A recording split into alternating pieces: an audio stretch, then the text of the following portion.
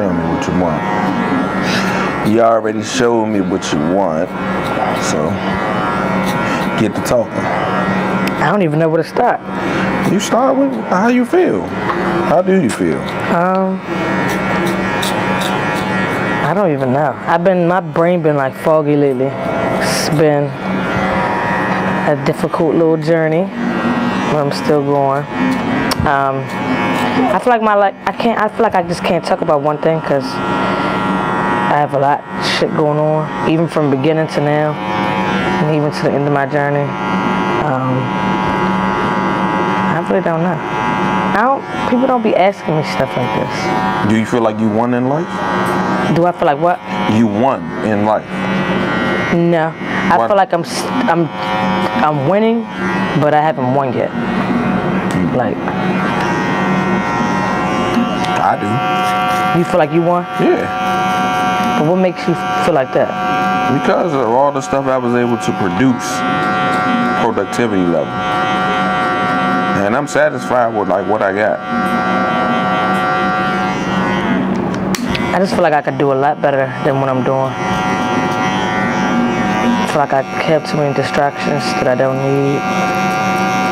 I need to be more focused, more productive, stop worrying about partying all the time. I did come a long ways because, I used to be a wild party animal. For right now, I just work I might pop out here and there. Went through a lot of friends, down to like 2. But life is crazy, but it's good though. It's like an exciting roller coaster. One day it's up, one day it's down. Like you just never know. But every day I can say like I'm happy. You won't always see a smile on my face, no matter how mad I am or upset I am. Like I'm still gonna smile, I'm still gonna laugh, because that's what kind of keeps me going. At least keep my head above the water so I don't drown. So what's your coping mechanism when you feel like you're drowning? Just smile, make somebody else happy. Like, not even in a sexual way, but like I get pleasure off of pleasing, just seeing a smile on somebody else's face, even when I'm upset, that makes me happy. And I think that's really my happiness. It's like seeing other people smile, no matter how I feel. Like, it's just how did I make the next person feel? Because I know I could have had an impact on their life or in their day, because you never know what somebody's going through, because I go through a lot of shit that I don't talk about. But it could be as simple as somebody be like, oh, I like your outfit, or like, I like your haircut, and that it goes a long ways, because in the inside I could have a fresh cut and all that, but if I feel like shit, it don't matter if 10,000 other people tell me, because that's just how I feel. So I just do things, like that's why I get dressed, or I keep my hair cut, just so I could continue to not look like what I'm going through.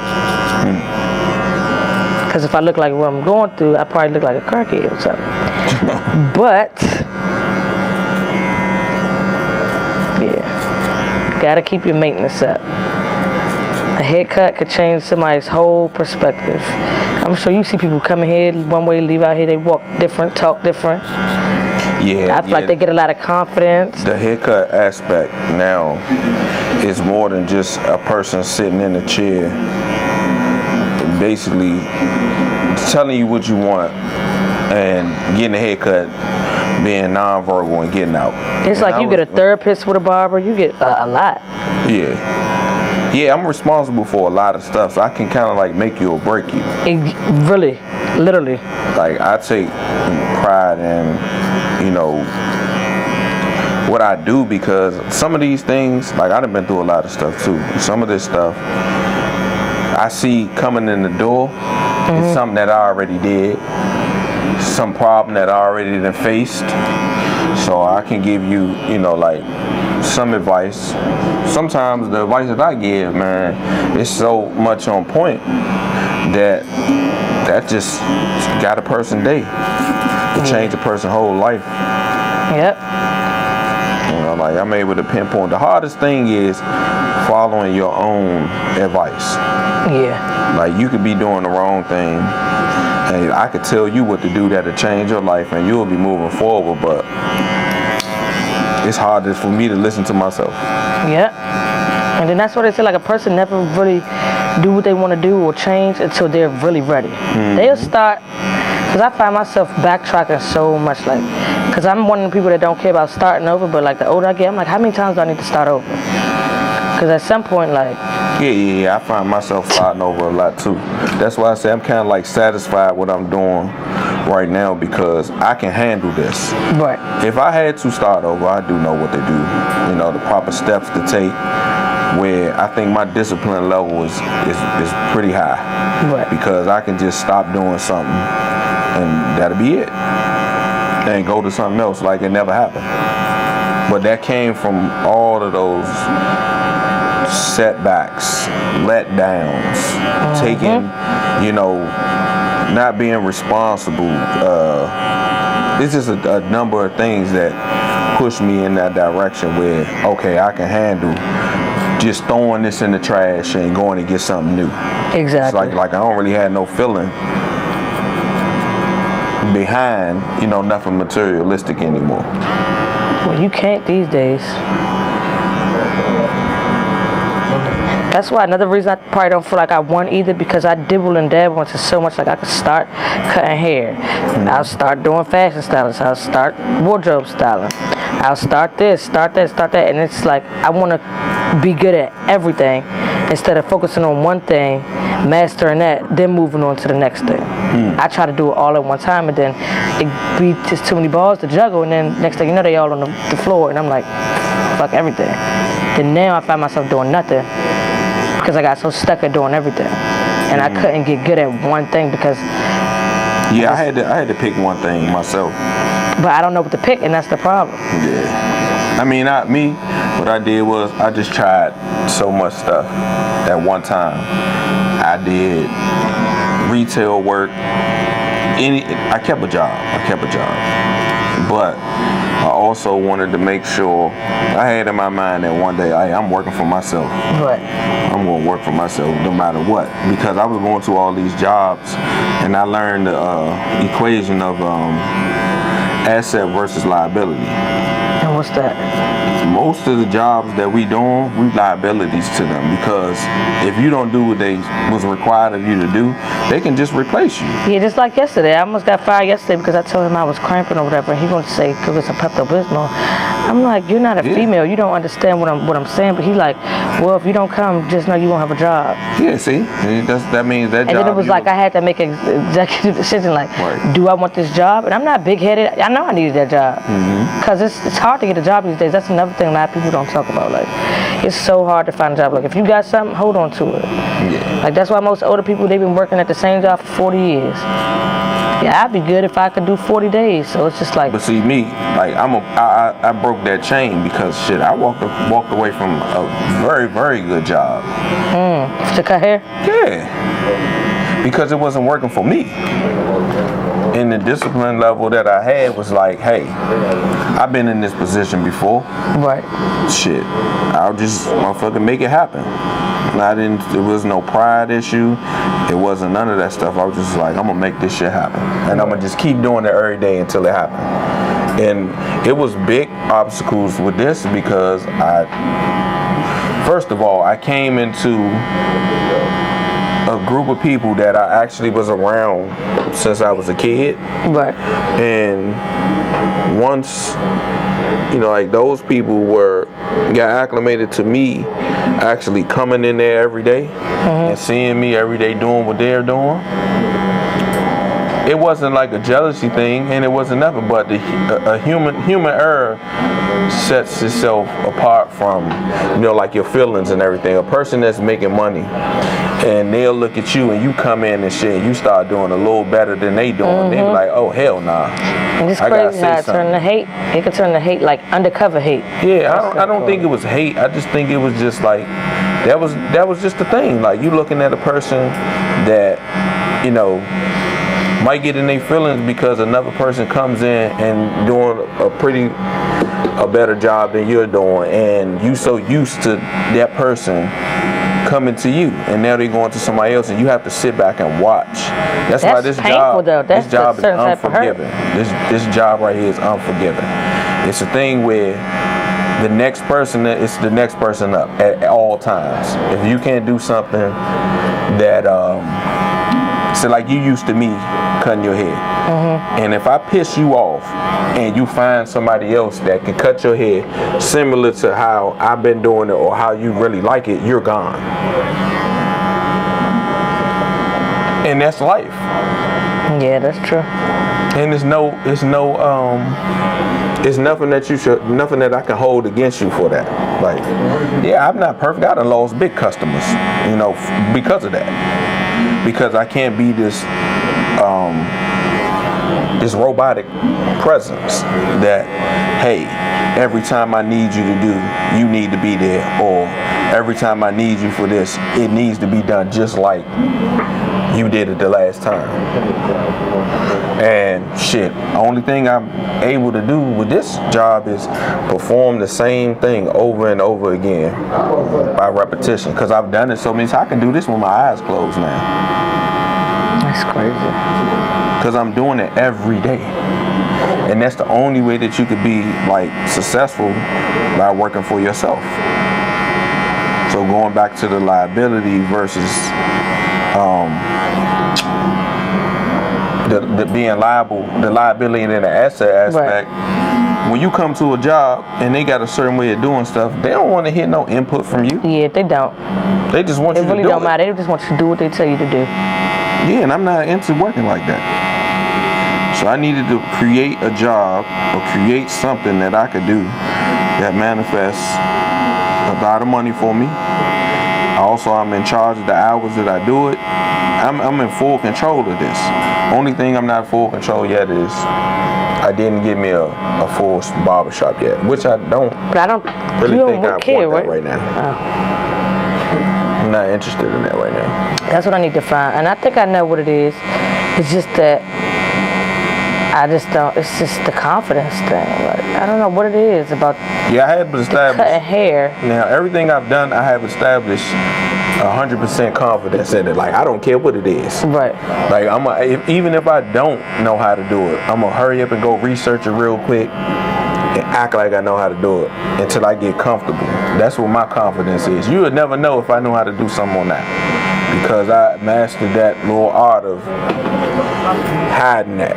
Hey, you don't know what you're doing. You shit. Yes, I do. Yeah, see, and I didn't hide that one time. I think that was the last time I was working at Wanda's. I'm like, oh shit. I think I had messed up a little fade for somebody's wedding. I felt so bad.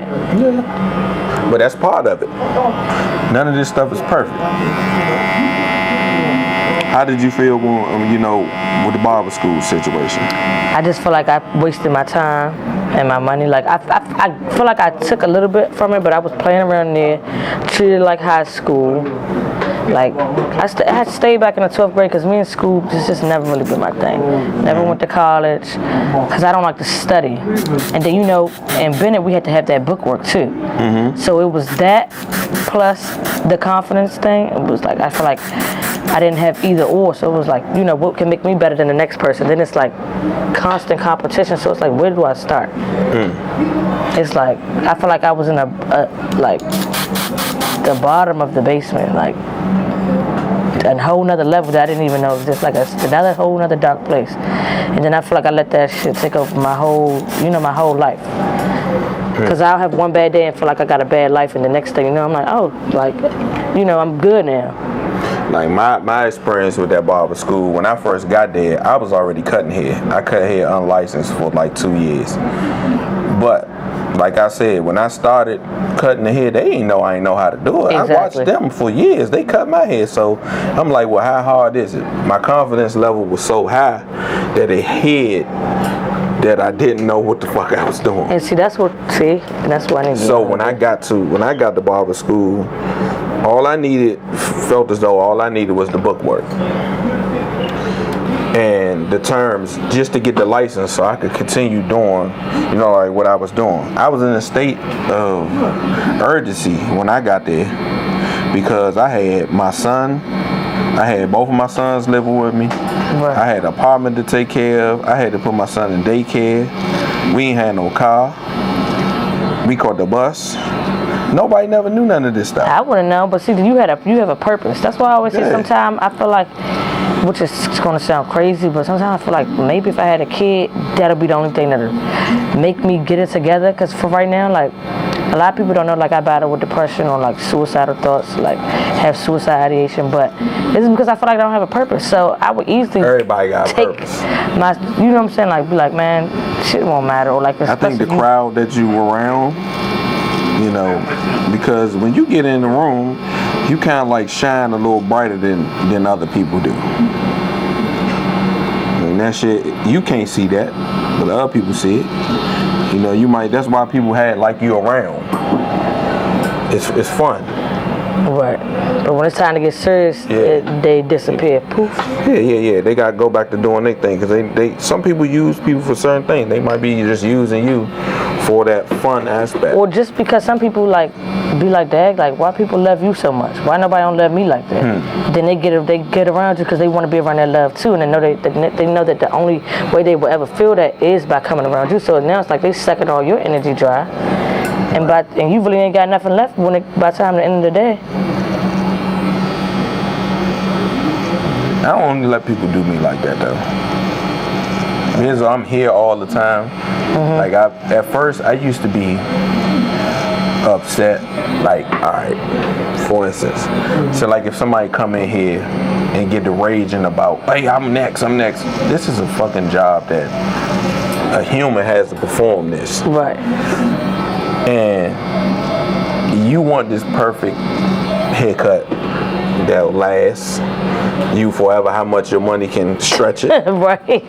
And you want to do all of this stuff and you want to go here. Only thing on your mind is, hey, I want to look, you responsible for making me look a certain way.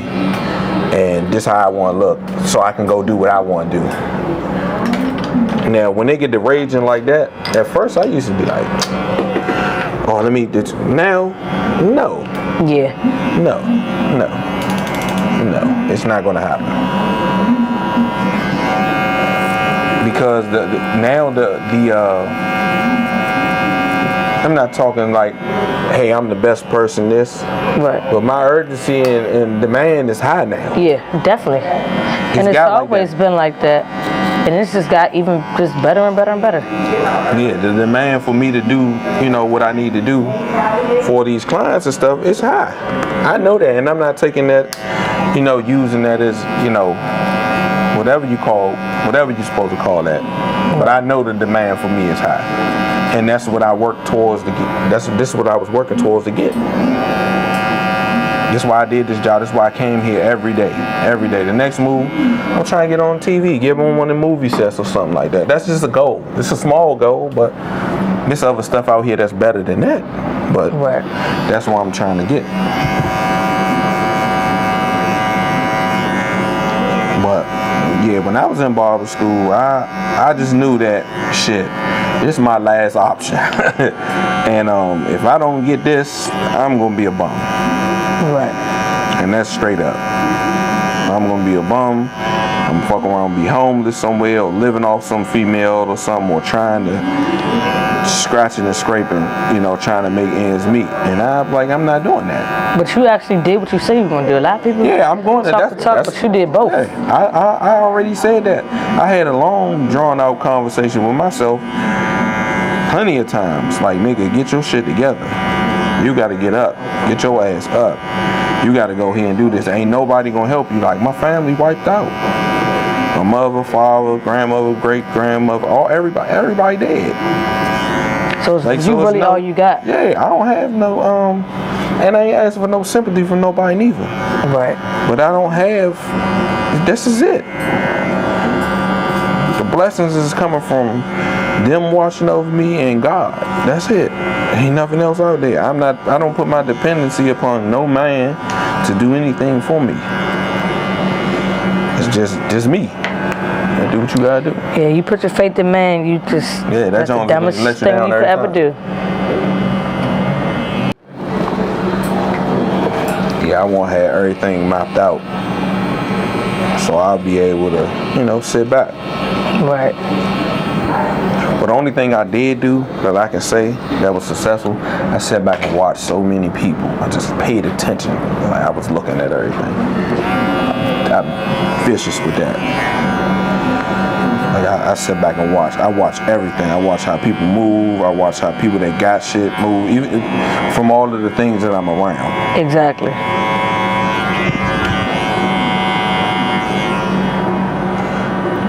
I watch how people tell lies and, you know, try to manipulate other people. And it's funny. 'Cause people would do it for sure.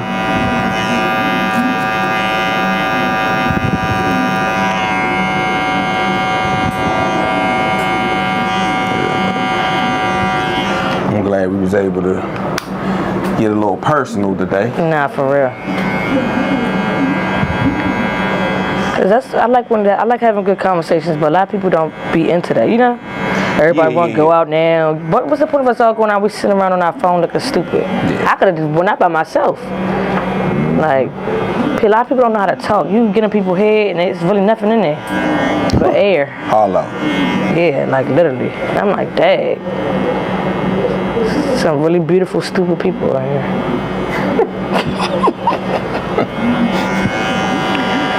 I'm telling you.